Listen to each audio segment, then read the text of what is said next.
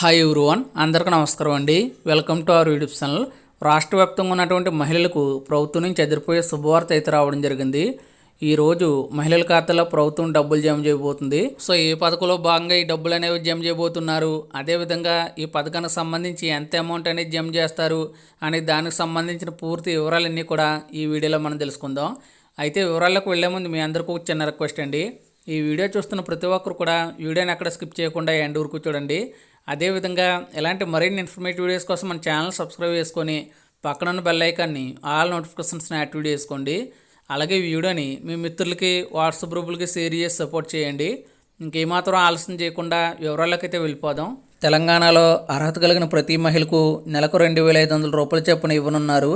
ఎన్నికల ప్రచారంలో 6 గ్యారంటీలను కాంగ్రెస్ పార్టీ ప్రకటించింది. ఆ 6 గ్యారంటీల్లో ప్రతి ఇంట్లో అర్హత కలిగిన మహిళలకు నెలకు 2,500 రూపాయల చొప్పున ఇస్తామని ప్రకటించడం అయితే జరిగింది. త్వరలోనే ఈ పథకాన్ని అమలు చేయనున్నట్లు మంత్రి సీతక్క గారు తెలిపారు.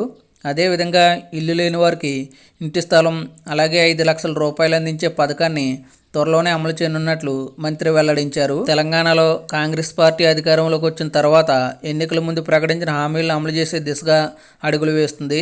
ప్రకటించిన అన్ని హామీలను ఒక్కొక్కటిగా అమలు చేసుకుంటూ వస్తామని ముఖ్యమంత్రి రేవంత్ రెడ్డి గారు ప్రకటించారు. అందులో భాగంగానే కొన్ని పథకాలను అమలులోకి తెచ్చారు. లోక్సభ ఎన్నికల కోడ్ ముగియడంతో మరికొన్ని హామీలను అమలు చేయబోతున్నారు. మహిళలకు నెలకు 2,500 రూపాయల చొప్పున ఇవ్వబోతున్నారు. ఈ పథకంపై మంత్రి పొన్నం ప్రభాకర్ గారు కూడా కీలక ప్రకటన చేశారు.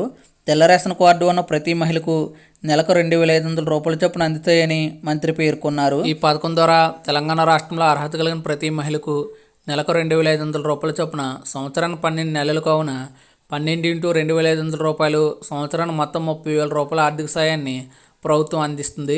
అయితే ఎటువంటి పెన్షన్లు పొందిన కుటుంబంలోని మహిళలకు మాత్రమే ఈ పథకం వర్తిస్తుందని, అదేవిధంగా ఈ పథకాన్ని జూలై నెల నుంచి ప్రారంభించబోతున్నట్లు తెలుస్తుంది. తెలంగాణలో ఇప్పటికే కాంగ్రెస్ ప్రభుత్వం ఆర్టీసీ బస్సుల్లో మహిళలకు ఉచిత ప్రయాణాన్ని అందిస్తుంది.